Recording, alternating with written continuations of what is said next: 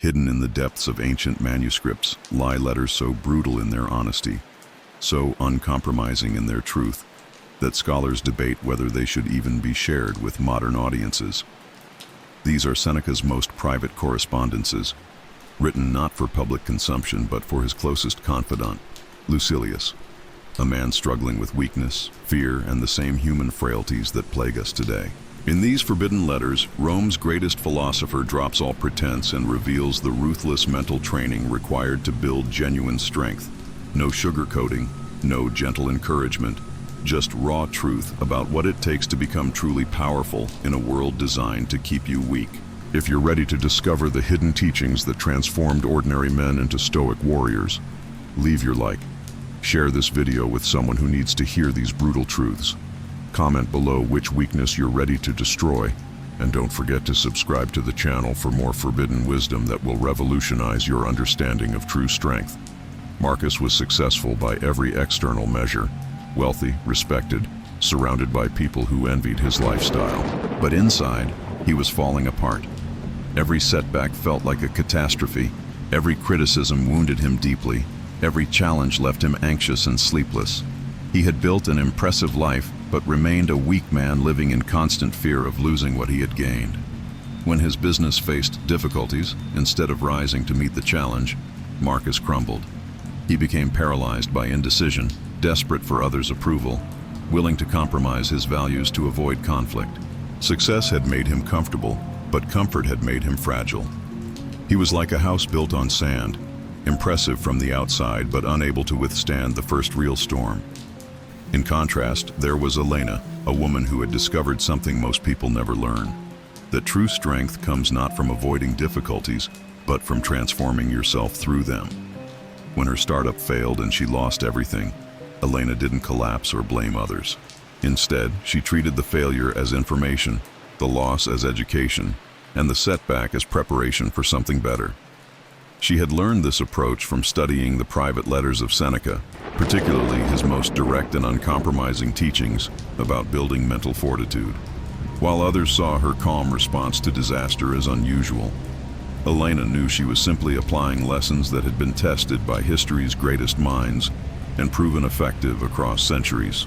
This difference between Marcus and Elena illustrates the central theme of Seneca's hidden correspondence: the vast gap between those who hope they are strong and those who have made themselves strong through deliberate practice. In his private letters to Lucilius, Seneca reveals that most people live their entire lives without ever developing real strength because they confuse external success with internal power, comfort with security, and popularity with respect. These letters contain some of the most brutal truths ever written about human nature and the price of genuine strength. In letter 78, Seneca writes something that would shock most modern readers: the man who does not know to which port he is steering must have no favorable wind. This isn't motivational speaking. This is a ruthless diagnosis of why most people remain weak despite their best intentions. Seneca is saying that without clear direction and unwavering commitment to your principles, all your efforts will be wasted. You cannot build strength by accident, cannot develop character through good intentions, and cannot achieve freedom through wishful thinking. Strength requires intentional action, consistent practice, and the courage to choose difficult paths when easier ones are available. Here's the truth that Seneca understood and most people refuse to accept: weakness is comfortable, which is why it's so common. It's easier to blame circumstances than to change yourself, simpler to make excuses than to make efforts, and more pleasant to hope things will improve than to do the work required for improvement. But this comfort comes at a terrible cost. You remain forever dependent on external factors for your happiness, forever vulnerable to changes you cannot control, forever living below your true potential. David learned this lesson when he discovered Seneca's letter about the difference between being busy and being productive. David was always busy, always rushing, always complaining about having no time. But when he honestly examined his activities, he realized he was busy avoiding the real work of self-improvement. He filled his days with urgent but unimportant tasks to avoid facing the challenging but crucial work of developing discipline, courage, and wisdom. Seneca's words hit him like a physical blow. It is not the man who has little, but the man who craves more, who is poor, David realized he was spiritually impoverished despite his material abundance, because he was always seeking external solutions to internal problems. The most powerful letter in Seneca's hidden correspondence deals with what he calls the luxury of complaint. In this brutal assessment of human weakness, Seneca explains that most people are addicted to being victims because victimhood provides an excuse for not taking responsibility for their lives. He writes, "Every new thing excites the mind, but a mind that seeks novelty in everything will never form a stable character." This isn't harsh judgment. This is surgical precision in diagnosing why people remain stuck despite wanting to change. They're constantly looking for external solutions, new methods, different approaches, when what they need is the discipline to consistently apply timeless principles. Sarah discovered this when she stopped making excuses and started making progress. For years, she had blamed her unhappiness on her job, her relationship, her circumstances, her family, everything except her own choices and responses. When she read Seneca's letter about taking full responsibility for your mental state, regardless of external conditions, something shifted. She realized that her circumstances were not the cause of her unhappiness. Her response to her circumstances was. This realization was initially painful because it meant she could no longer blame others for her problems, but it was ultimately liberating because it meant she had the power to solve them. In Letter 104, Seneca reveals perhaps his most ruthless insight about human nature. We suffer more in imagination than reality. This single sentence destroys most of modern anxiety culture and exposes the self-created nature of most human suffering.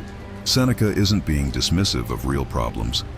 He's pointing out that the vast majority of your emotional pain comes from your thoughts about potential problems rather than from actual problems. You torture yourself with scenarios that might never happen, exhaust yourself worrying about outcomes you cannot control, and waste precious mental energy on fears that exist only in your imagination. The practical application of this insight requires what Seneca calls ruthless mental discipline. In his letters, he outlines specific practices for training your mind to focus on reality rather than fantasy, on what you can control rather than what you cannot, on present challenges rather than imagined disasters. These practices are not gentle or comfortable. They require you to constantly catch yourself in moments of weak thinking and redirect your mental energy toward productive patterns. Jake learned this through painful experience when his relationship ended unexpectedly. Instead of accepting the reality and adapting to his new circumstances, he spent months replaying what went wrong, imagining different outcomes, and torturing himself with thoughts of what could have been. He was living entirely in his imagination, making himself miserable with scenarios that no longer existed.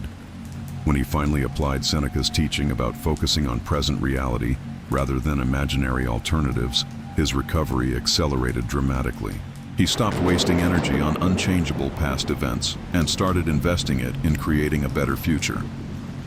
The most controversial aspect of Seneca's hidden letters is his teaching about emotional detachment.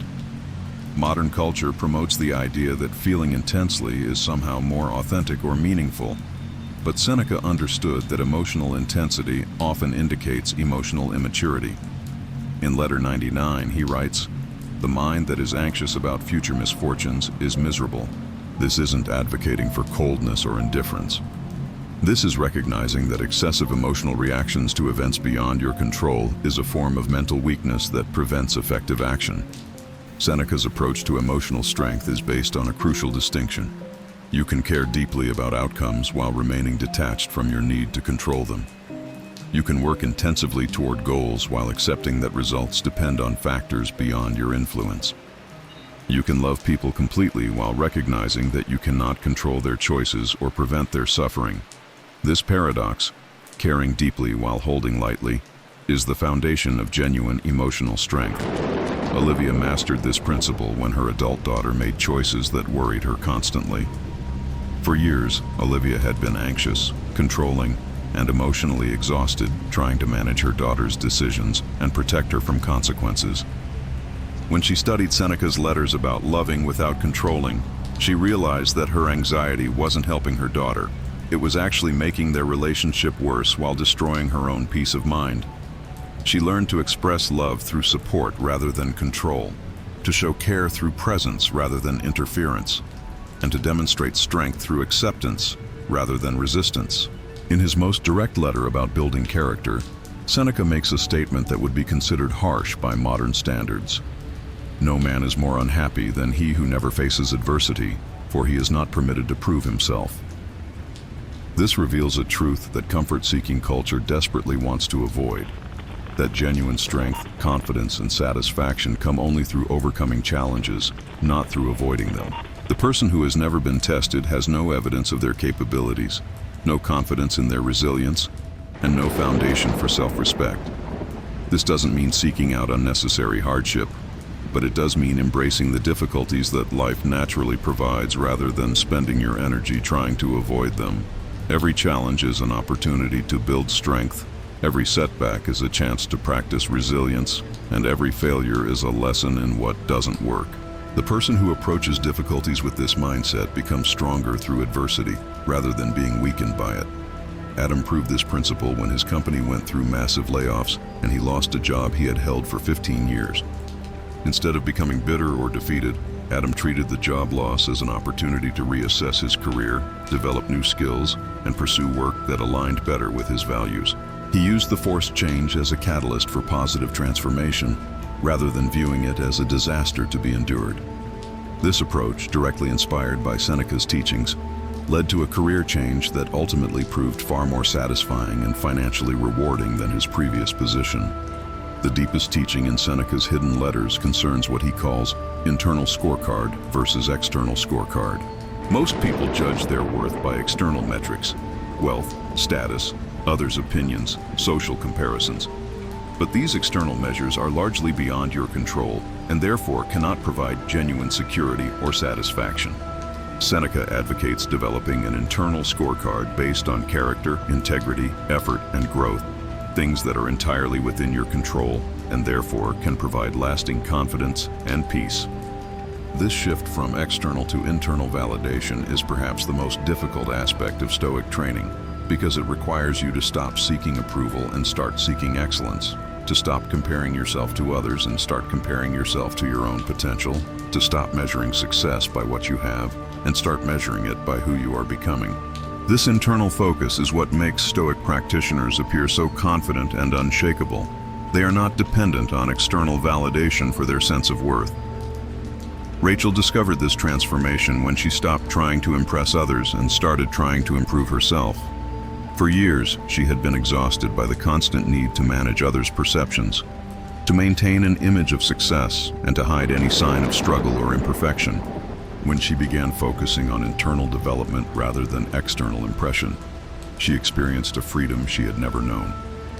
She could make decisions based on her values rather than others' expectations, could admit mistakes without shame, and could pursue growth without worrying about appearing weak or foolish. In Letter 120, Seneca makes his most ruthless statement about personal responsibility. You have power over your mind, not outside events. Realize this, and you will find strength. This isn't a suggestion or encouragement. This is a fundamental law of psychological reality. You cannot control what happens to you, but you have complete control over how you interpret and respond to what happens. This control is both your greatest opportunity and your greatest responsibility. The practical application of this principle requires constant vigilance and consistent practice. Every day presents multiple opportunities to choose your response to circumstances. You can react emotionally or respond thoughtfully. You can focus on what went wrong or on what you can do next. You can see problems as disasters or as puzzles to solve. The person who consistently chooses empowering interpretations and productive responses gradually builds unshakable inner strength. The final lesson from Seneca's hidden correspondence is perhaps the most important. Strength is not a destination, but a practice. You don't achieve strength once and then maintain it effortlessly. You build it daily through small choices, consistent habits, and the courage to choose growth over comfort whenever the opportunity arises. Every moment of weakness is an opportunity to practice strength. Every fear is a chance to practice courage, and every setback is an occasion to practice resilience. The hidden letters reveal that Seneca himself was not naturally strong, wise, or courageous. He became these things through deliberate practice and consistent application of Stoic principles. His private correspondence shows a man constantly working on himself, regularly failing and recovering, continuously seeking to align his actions with his ideals. This gives hope to anyone who feels they lack natural strength or wisdom. These qualities can be developed by anyone willing to do the daily work of character building.